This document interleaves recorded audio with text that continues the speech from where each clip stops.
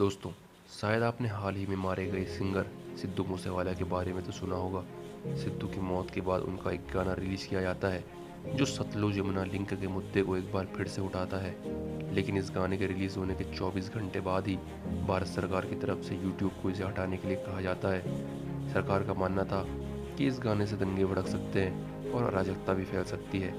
2020 में पंजाब के मुख्यमंत्री अमरिंदर सिंह ने कहा था कि पंजाब को अगर अपने पानी को शेयर करने पर मजबूर किया गया तो पूरे पंजाब में आग लग सकती है।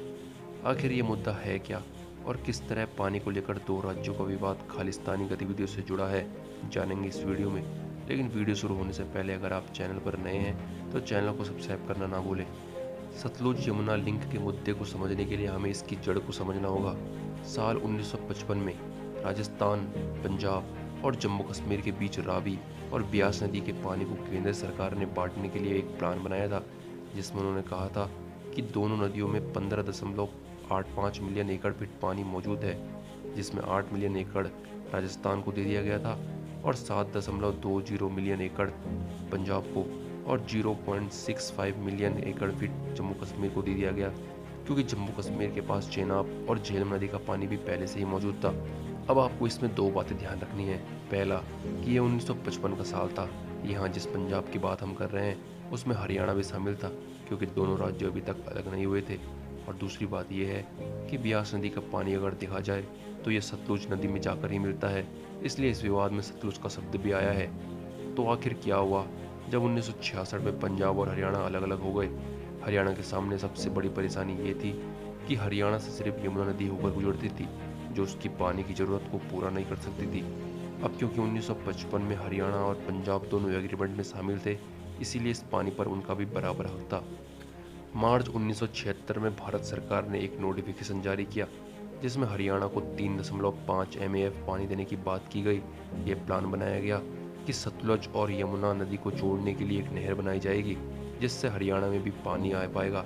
इस नहर की कुल लंबाई 212 किलोमीटर बताई गई, जिसमें 122 किलोमीटर पंजाब में बनाई जानी है और 90 किलोमीटर हरियाणा में। हरियाणा ने 4 साल के अंदर यानी 1980 तक अपनी तरफ की नहर का निर्माण पूरा कर दिया, लेकिन पंजाब में अभी तक काम शुरू भी नहीं हुआ था। लेकिन 1980 में पंजाब में केंद्र की तरह कांग्रेस पार्टी की सरकार आ गई। राजस्थान, पंजाब और हरियाणा की सरकार ने इस समझौते पर पुनः विचार किया। इसमें पंजाब के शेयर को 4.22 MAF तक बढ़ा दिया गया, लेकिन हरियाणा का हिस्सा 3.5 MAF की रखा गया। 8 मार्च 1982 को खुद प्रधानमंत्री इंदिरा गांधी ने इस प्रोजेक्ट को लॉन्च किया था, लेकिन शिरोमणि अकाली दल ने इस समझौते का विरोध किया। इस विरोध को संत हरचंद सिंह लोंगोवाल लीड कर रहे थे, लेकिन पंजाब में एक और आदमी भी था जो धीरे धीरे अपनी पॉपुलैरिटी बढ़ा रहा था। वो था भिंडरावाले।